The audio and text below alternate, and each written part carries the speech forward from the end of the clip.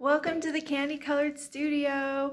I was visiting with beautiful Stephanie Weaver a few weeks back, and she was asking me if I had done a recent studio tour, and honestly, it has been forever.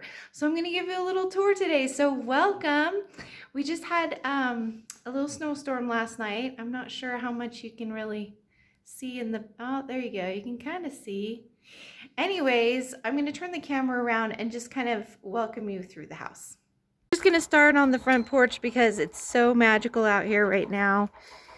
This little last-ditch effort of winter has been really special, and I'm hoping there will be a little snow for when the twins get home so they can go sledding. We've not really had that much snow this year. Okay, so obviously we have a concrete modern home, and my studio is in our home. And originally, when we designed this home, the architect made a space for me just upstairs off the master bedroom, and that was great for so long. And then there was a point where my paintings were taking over the whole master bedroom. There were paintings hanging on the wall, paintings being gessoed on the floor, you know, things in process being sketched, and it was just a lot. So this is actually our entryway. And this was originally our great room, and it's now my studio. And then over here is just the rest of our major family space. And I'll just show you really quickly. So it has been really nice because we have a lot of space to hold big paintings. This is Tell Me About Your Sacred Grove. And it's been really fun to have this right in the center of our home. You can hear all about it. I did an episode about it, and also there's lots of pictures on my website. And then this is the dining room. And this little corner is my daughter's baking center. This is where she bakes every week. And that's been really fun. So that's the baking center. And then this has become our little art center. This is where the twins keep all their creative things tucked away. And on a normal moment, this whole table is full of our youngest projects. But it is a nice big table, so it's easy to still eat around it.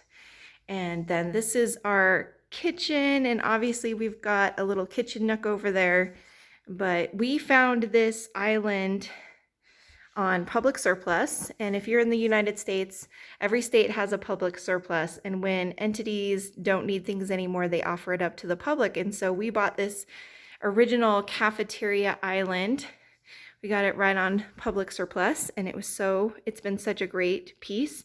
And then the table we also got from public surplus, and that was really fun. So I totally recommend checking them out.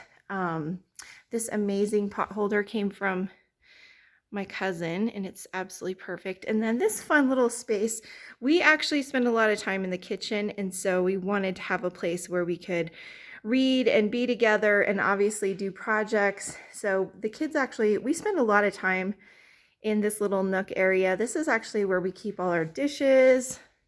I don't know how great it looks right now, but there you go. And it's great because the kids can reach everything, which means I can reach everything. And then this little space actually gets used a ton.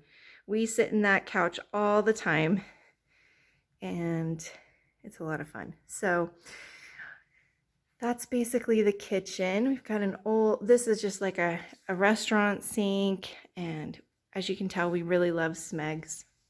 So there's our original Smeg, and then this is the stairs to go back upstairs. So yeah, let me take you in the studio. So this whole downstairs has kind of become like a gallery of sorts for me, and that's super fun. And we didn't have the glass in here at first. This was all open, which I do love, but the kids do run a lot and their friends run a lot, and we put this bench here so that people don't run into the wall, which has happened, unfortunately. So this is just I'll just do a little sweep of the studio. This has been really, really nice because it's just so much easier for me to be able to work on big paintings, and it became more of a reality once we moved the studio downstairs. This is actually supposed to be a wood stacking spot, and we found it's really great for the boards, and it's less messy. We don't have all the little pieces of wood coming off.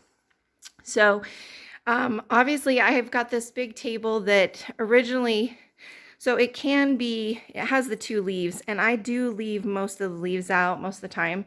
You can tell I'm busy today. I've got to finish wiring these pieces. Here's a little sneak peek at this little fashion and salon ladies.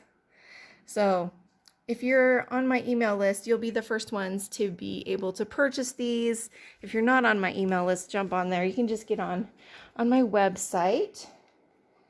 So obviously I use both leaves most of the time, but every once in a while I will close a leaf. And then this is my amazing Mark easel. Seriously, it's the best. It goes up and down, and I don't know if I can really properly show you while I'm holding the camera, but you can tell like it moves down really easily because it has these weights in the back. You see that? There's the weights and there's the levers. Anyways, so we've got a lot going on over here, but that's been really awesome. And then I also have, oh, I can't remember what it's called, Mark. Anyways, that goes on top as well. And so you can so I can put the other piece right here and I can work right on it. And so that's super nice too. And then of course we've got a great view out to the back so that I can keep an eye on the kids, and of course I can hear them. And this is obviously where the deer come a lot too. They come right up to the window, which is a lot of fun. And like I said, it's really beautiful right now. So that's kind of the basics of the studio. So we use this space a lot. We hang out in this space as a family. We'll read together. We play games here. And the kids will come home and talk to me after school. And this is kind of our hangout spot. And then this is where I have a few pieces waiting to go places. And then also I use this space to have things dry. And you can kind of see there's a couple more of the little salon ladies, a little more, some ovals and florals. This is a fun little piece that'll be going to auction for a fundraiser for a preschool. What's it called? Something Light Institute, Growing Light. I might be butchering that. Just if you're on my email list, you'll have all the information. And this piece, oh, I love this piece. It's really big. And now that you've seen my kitchen, you can tell exactly where I staged this piece. I literally stood and had my husband take some pictures so I'd have an idea of what I was working with. And that particular window, we have had the deer peek in it so many times, and so that just seemed really appropriate. But this painting has a lot of symbolism. It's all about women trying to juggle all the things, and it's really easy to look in and peek in someone's window and think that everything is perfect and that they're doing everything beautifully. But if you look closer, you can tell that she is trying so hard to just stay afloat. And she has a lot of help. So there's actually 17 creatures throughout this painting that represent all the help that sometimes we forget that is around us. It could be our family and friends. It can be loved ones who've passed on. But there's a lot of help that we have. And then also I feel like this, so I started doing a lot of, sorry, the coloring is going crazy.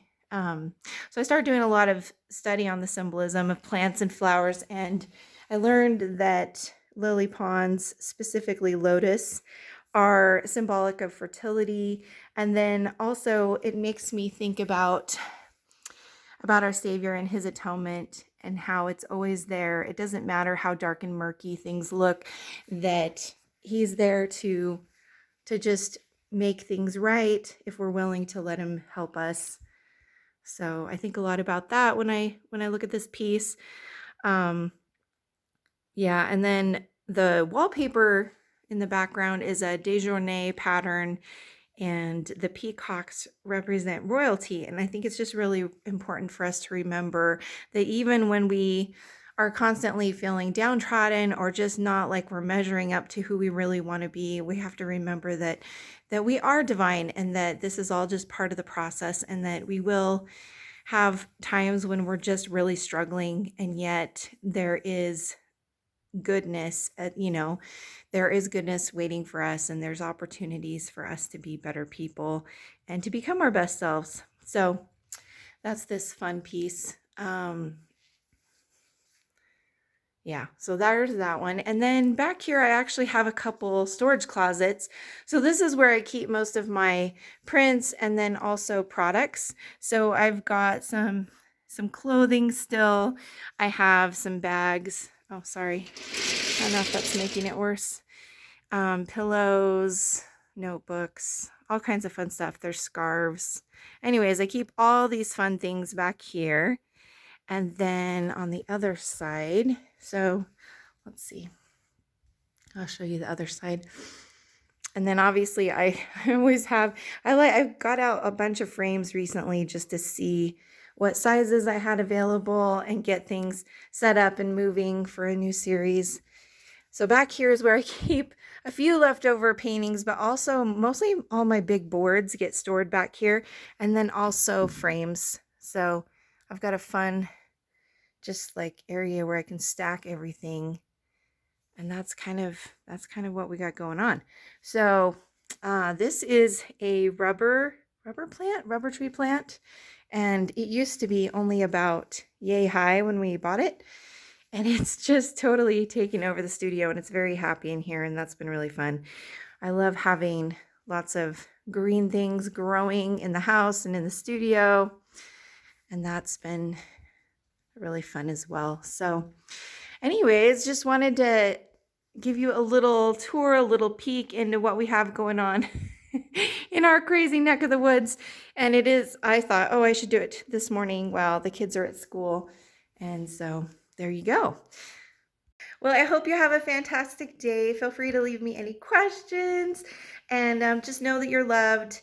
Know that I know that there's happiness that can be found even in the winteriest of times in our lives, and much love from the Candy Colored Studio.